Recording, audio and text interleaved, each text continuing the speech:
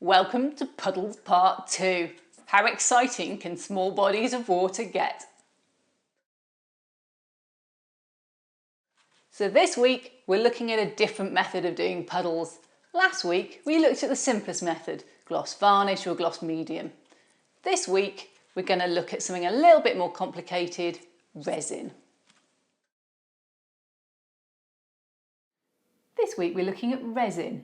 Now, you won't need many tools and materials because we did all the hard work last week. So all you'll need is a plastic cup and a stirrer for your resin. One of those cheap wooden disposable stirrers you get from a coffee shop. I say cheap, they're free. And then you'll need resin of some type, and you'll also need something to colour it, such as a paint. I use acrylic or enamel.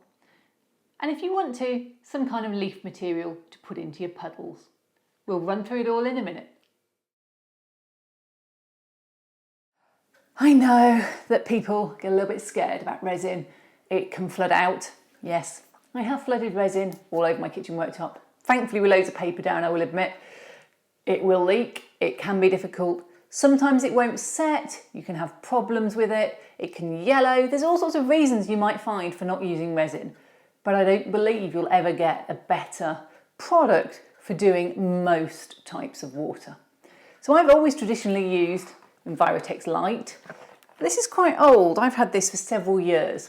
And Paul Martin from NG Trains, EDM Models, very kindly sent me a free sample of magic water.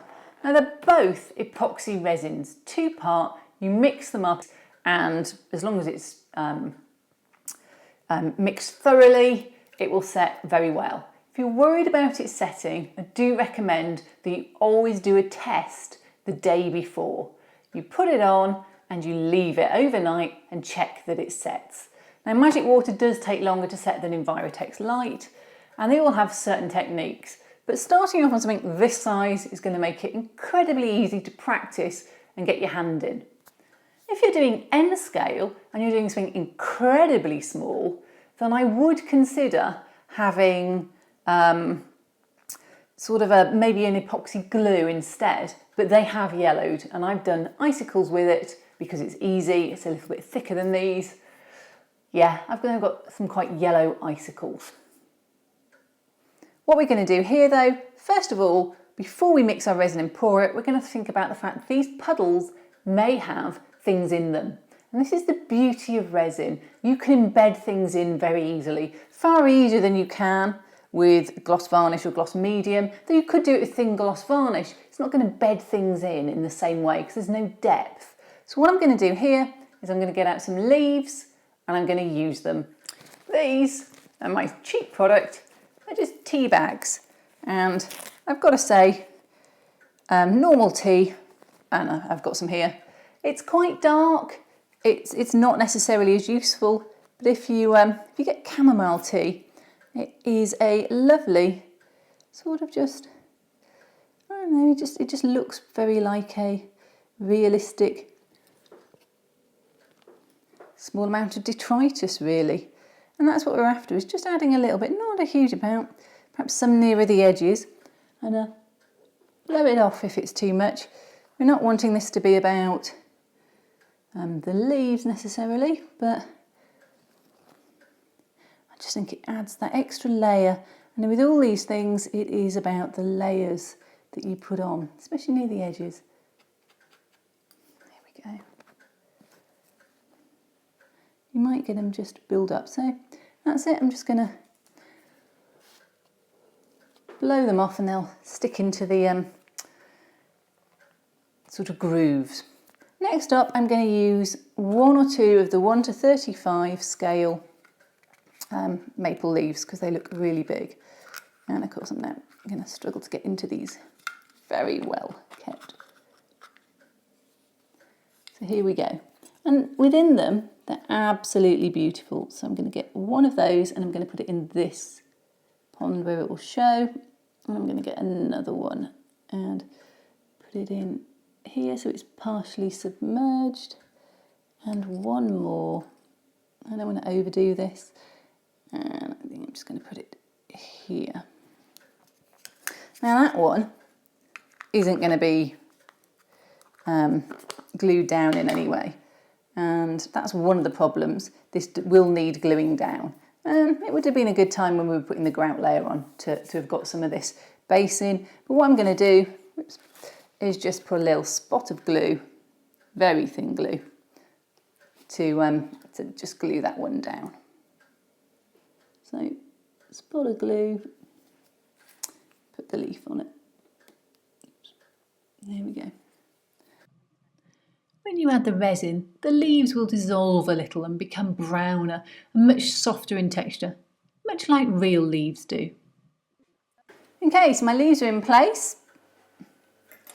Now we're just going to mix up some resin.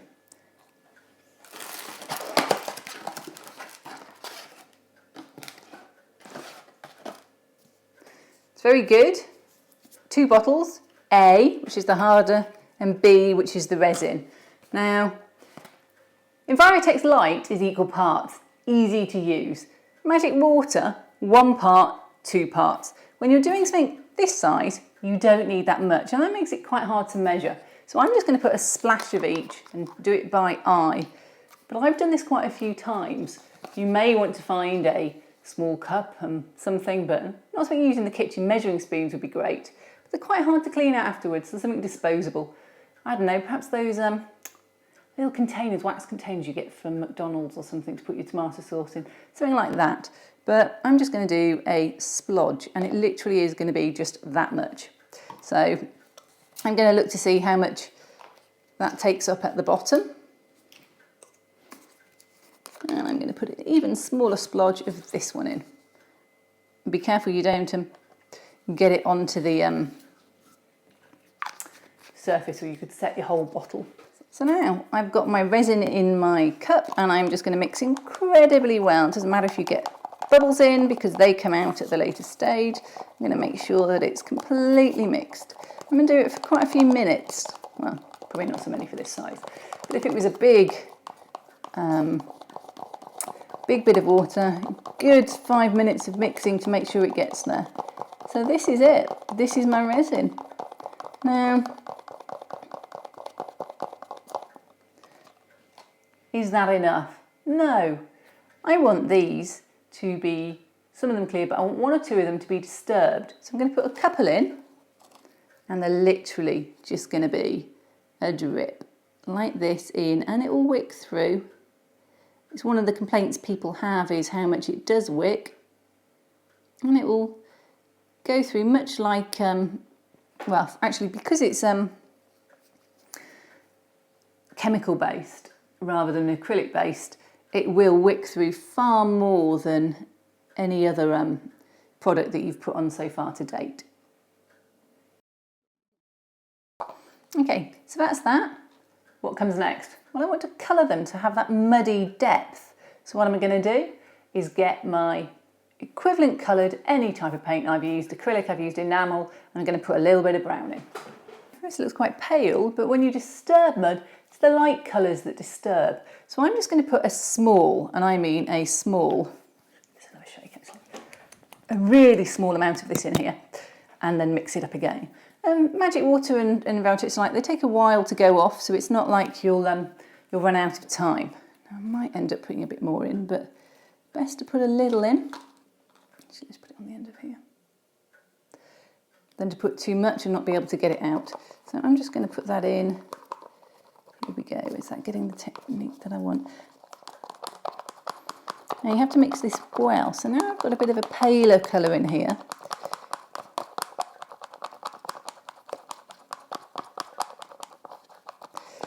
And hard to do with a puddle, admittedly, but in real life, on a bigger diorama, you can just let it build up in layers. If you don't like the colour, if it's not quite milky enough for you, then you can just add a little bit more paint into the next layer. If you get any bubbles, the way to deal with those, deep breath, and just across the surface. Apparently it's something to do with the CO2, not so much the heat. and it just degasses, as they call it, the resin.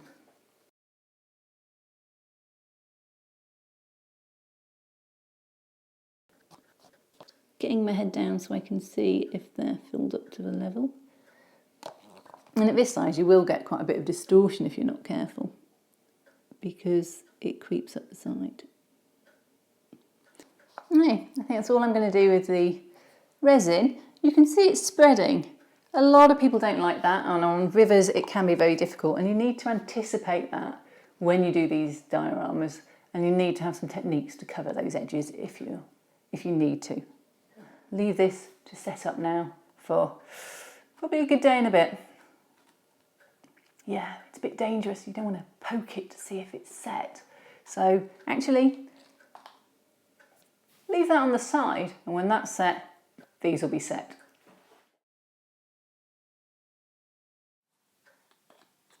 My resin is set up overnight. Excellent, good test to have left that. And if we look at a diorama, you can see close up the puddles, and they don't run when you tip it. I could put gloss medium or something like that on if I wanted ripples. Frankly, I don't. So there we go. Finished puddle diorama for 1 to 35. So they've been a mammoth 2 weeks in the making, but here are the final pictures of the puddles. I think they look amazing, and I hope you do too. And I hope this encourages you to go and try them at home.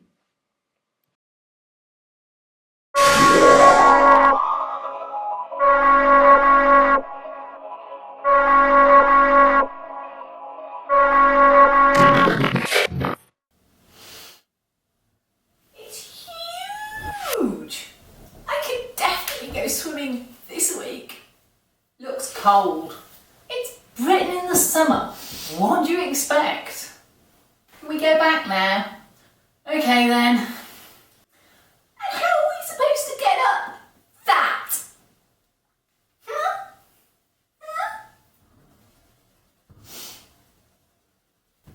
Okay. Hey, try harder. Try harder. Heavy. Reach. Go for it. Harder. I don't think I'll get any further. I'm only short. Take care. I haven't got a plan. Yes, it might be time for plan B then. I can't get any further. What's plan B? Looking ahead. Well, that's it for resin. I hope you enjoyed it. It's one of my favourite techniques for water, and you'll be seeing it a lot again in the future. If you're enjoying the course, then please subscribe to me on YouTube or on my website, kathymillett.co.uk, or alternatively, like me on Facebook, Kathy Millett Modelling. Look forward to seeing you next week.